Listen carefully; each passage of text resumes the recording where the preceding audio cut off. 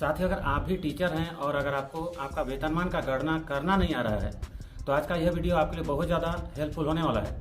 जब से शिक्षा विभाग में शिक्षा गारंटी के तहत शिक्षक का भर्ती हुआ है तब से लेकर के आज तक 2025 तक की स्थिति में शिक्षकों को कौन कौन से वेतन मिल रहे हैं और कितना कितना मिल रहे हैं, इसके बारे में फुल डिटेल आज का इस वीडियो में मैं आपको बताने वाला हूं। साथियों, शिक्षा विभाग में शिक्षक के पद पर बहुत सारे नाम से भर्ती 1994 से होता रहा है और उस समय से बहुत सारे वेतनमान का निर्धारण भी शिक्षकों के लिए किया जाता रहा है। तो आज के इस वीडियो में क्रमोन्नति वेतनमान राज्य में लागू हो जाएगा, उसके बाद में आप अपना वेतन का गणना किस प्रकार से करेंगे, इसके बारे में आज का यह वीडियो होने वाला है। तो यह वीडियो लंबा हो सकता है, लेकिन वीडियो को आप आखिर तक जरूर देखिएगा। चैनल में नए हैं तो चैनल को सब्सक्राइब कर लीजिए और बगल में जो बेल का आइकन है उसको भी क्लिक कीजिए। तो आइए दोस्तों, आज का वीडियो को शुरू करते हैं। साथियों, शिक्षा गारंटी के पद पर नियुक्ति 1995 और 1996 में मध्य प्रदेश शासन के द्वारा किया गया था, जिसका आदेश 30/7/1994 को जारी किया गया था, जिसके अनुसार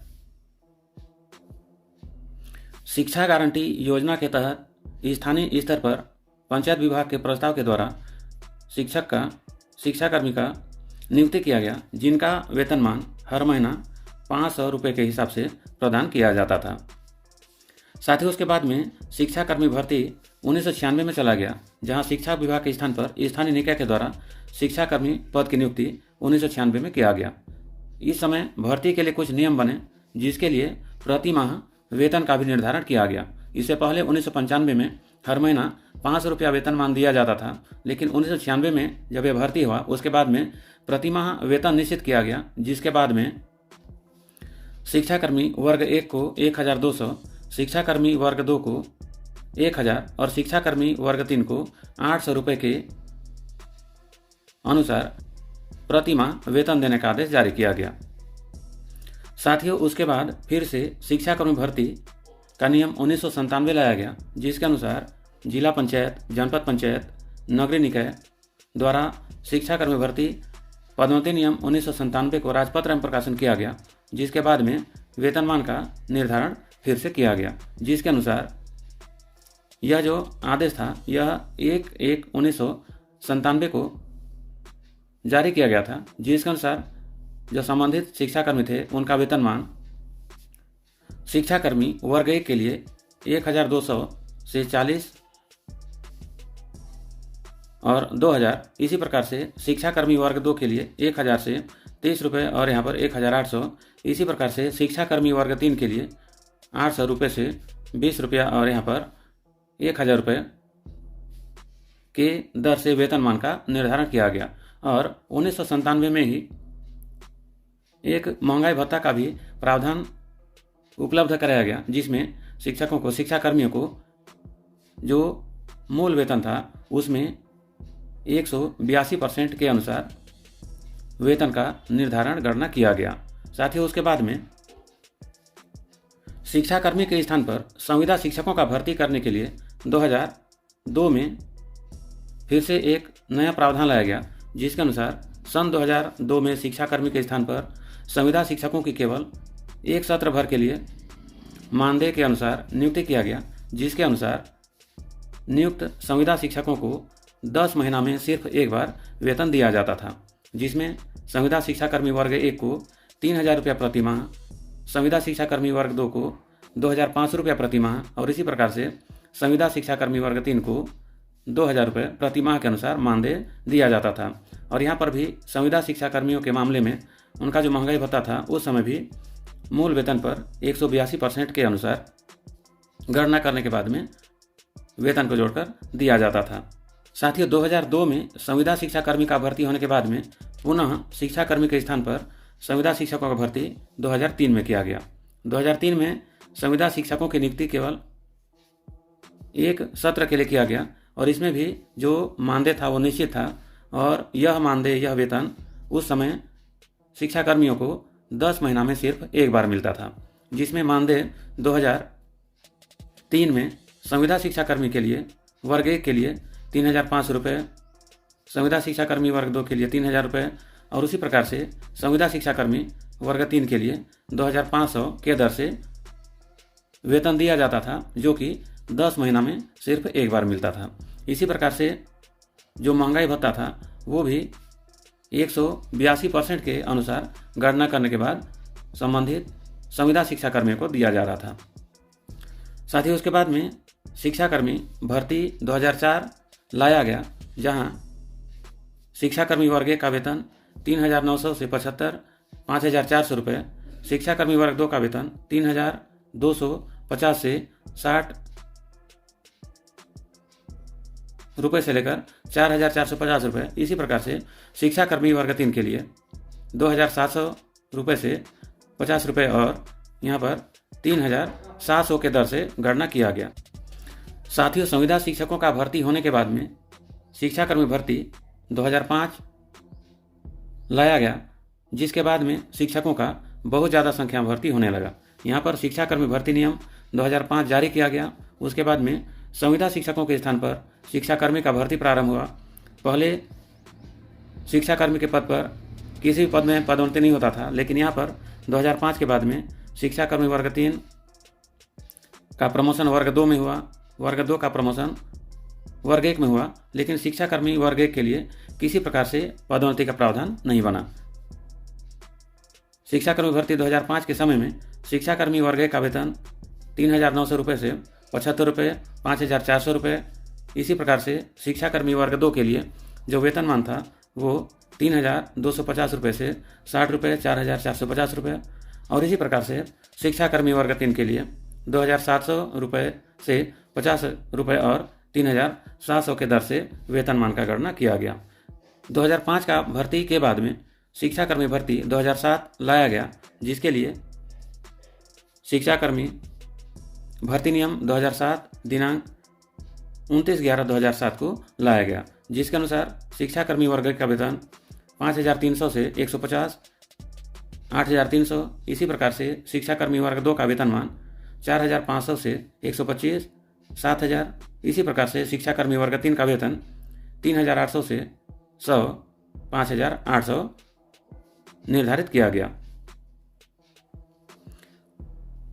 साथ ही 2007 के बाद में प्रतियोगिता परीक्षा के आधार पर शिक्षाकर्मी का भर्ती 2008 से चलाया गया, जिसके बाद में पहली बार व्यापम द्वारा शिक्षाकर्मी भर्ती के लिए प्रतियोगिता का आयोजन किया गया, जिसमें शिक्षाकर्मी वर्ग 1 का वेतन 5,300 से 150, 8,300। शिक्षाकर्मी वर्ग 2 का वेतन 4,500 से 125, 7,000। इसी प्रकार से शिक्षाकर्मी वर्ग 3 का वेतन 3,800 से 100, 5,800 निर्धारित किया गया, जिसके आधार पर उस समय जो शिक्षाकर्मी के पद पर नियुक्त होते थे उनको इस दर पर वेतनमान दिया जाता था।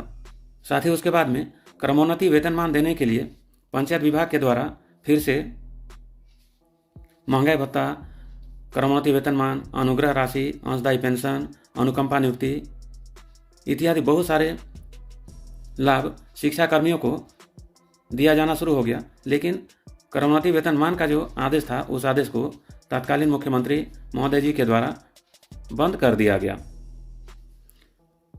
क्रमोन्नति वेतनमान में शिक्षाकर्मी वर्ग 1 को 6,800 से 200, 10,800 रुपये। शिक्षाकर्मी वर्ग 2 को 5,300 से 150, 8,300। शिक्षाकर्मी वर्ग 3 को 4,500 से 125, 7,000 रुपये का निर्धारण किया गया। उसके बाद में शिक्षाकर्मी शब्द की जगह पर पंचायत विभाग की तरफ से नाम को परिवर्तित करने का भी आदेश जारी किया गया, जिसमें शिक्षाकर्मी वर्ग 1 के स्थान पर व्याख्याता पंचायत नगरीय निकाय, वर्ग 2 के स्थान पर शिक्षक पंचायत नगरीय निकाय, इसी प्रकार से वर्ग 3 के स्थान पर सहायक शिक्षक पंचायत नगरीय निकाय लागू किया गया। और साथ में एनपीएस को भी, न्यू पेंशन स्कीम को 2012 से लागू कर दिया गया, जिसमें अप्रैल 2012 से मूल वेतन में से 10% का कटौती किया गया। इसी प्रकार से 27 दिसंबर 2012 को एनएसडीएल में सभी शिक्षाकर्मियों का रजिस्ट्रेशन हुआ और 16 अप्रैल 2016 अर्थात 2015-16 से कटौती भी प्रारंभ हो गया और एनपीएस से राज्यांश 14% 3/2/2022 को प्रारंभ हो गया। साथ ही उसके बाद में शिक्षक पंचायत के लिए समयमान वेतनमान का आदेश 1/5/2012 को जारी किया गया, जिसके अनुसार व्याख्याता पंचायत का समयमान 7,000 से 230,000 रुपये, अध्यापन भत्ता 4,500 रुपये। इसी प्रकार से शिक्षक पंचायत 6,000 रुपये से 175, 25,000 रुपये, अध्यापन भत्ता 3,500 रुपये। और इसी प्रकार सहायक शिक्षक पंचायत के लिए 5,000 से 150, 20,000 रुपये और अध्यापन भत्ता 2,500 के अनुसार निर्धारण किया गया। तो यह जो समयमान का लाभ था, यह 2012 की स्थिति में शिक्षकों को, शिक्षा कर्मियों को मिलना शुरू हो गया। साथ ही उसके बाद पुनरीक्षित वेतनमान का निर्धारण 2013 में किया गया, जिसके लिए आदेश 17/5/2013 को जारी किया गया, जिसके अनुसार 1/5/2013 को शिक्षा कर्मियों के लिए 8 वर्ष पूर्ण करने पर नियमित शिक्षकों के समान समतुल्य वेतनमान, जिसे पुनरीक्षित वेतनमान कहा जाता है, उसका निर्धारण किया गया। तो ऐसे शिक्षाकर्मी शिक्षक जो 8 साल से अधिक का सेवा पूर्ण किए थे, उनको 2 वर्ष का एक वेजेट देने का नियम बना, और जो 8 साल से कम सेवा दिए थे, ऐसे शिक्षकों के लिए 10% अतिरिक्त अंतरिम राहत देने का प्रावधान किया गया।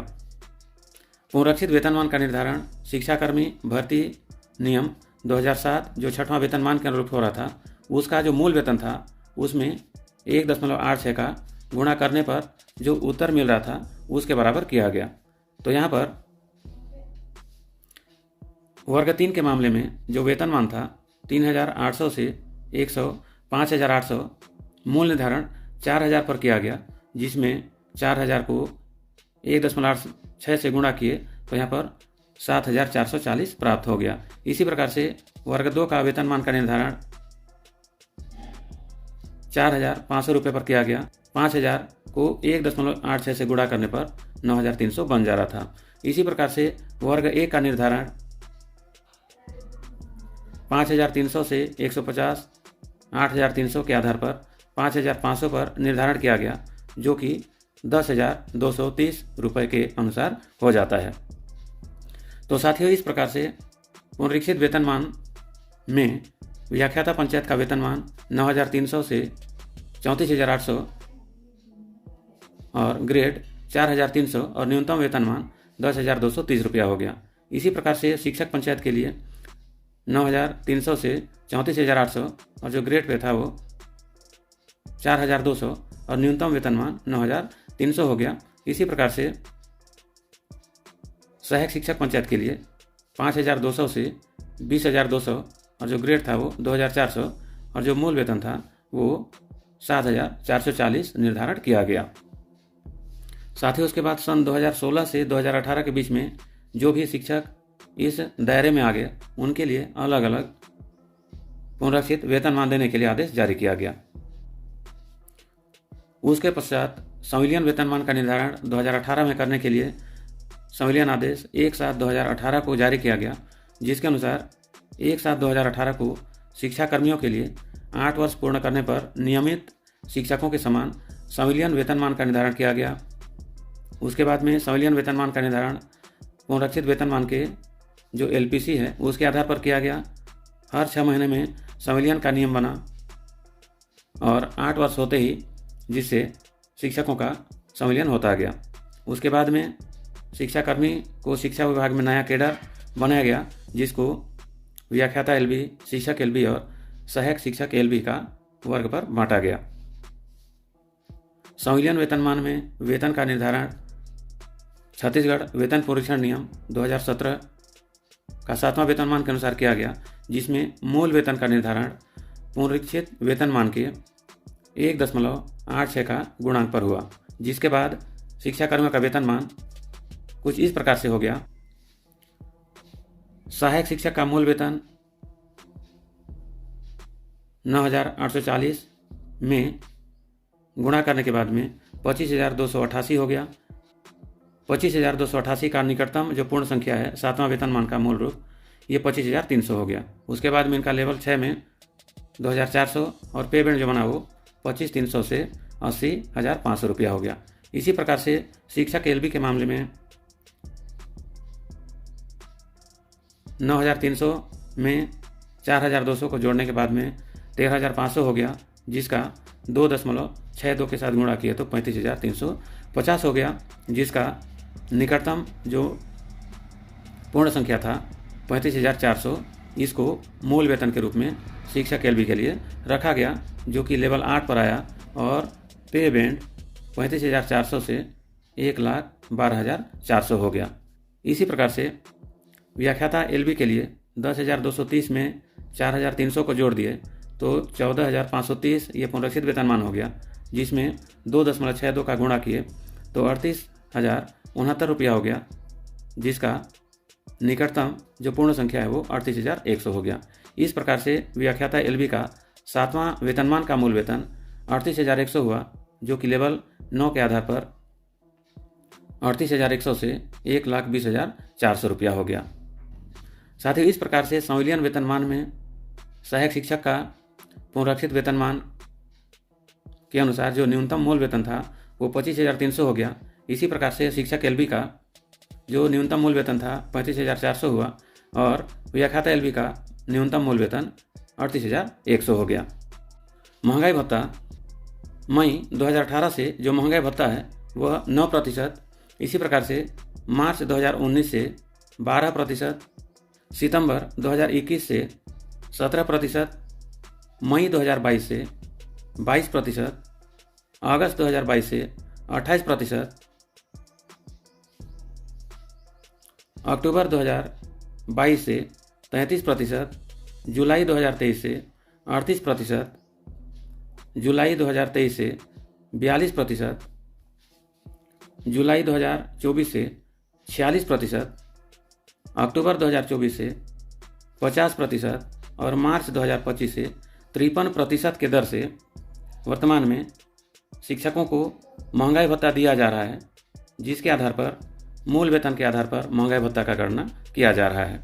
ठीक इसी प्रकार से जो गृह भाड़ा भत्ता है अगस्त 2011 से 6वां वेतनमान के आधार पर 7%, अगस्त 2023 से 7वां वेतनमान के अनुसार 6% और अक्टूबर 2024 से अब तक 7वां वेतनमान के अनुसार 7वां वेतनमान का 7% दिया जा रहा है।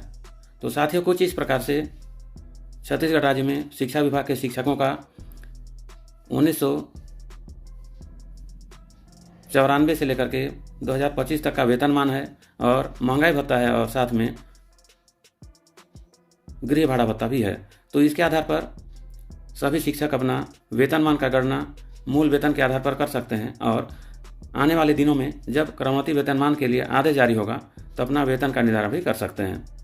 तो साथियों, इस प्रकार से छत्तीसगढ़ राज्य में संविदा शिक्षक, शिक्षाकर्मी, शिक्षक, शिक्षक पंचायत, शिक्षक एलबी इत्यादि बहुत सारे पद हुए हैं और पद का नाम बदलने के साथ साथ वेतनमान में भी बहुत ज़्यादा परिवर्तन आया है।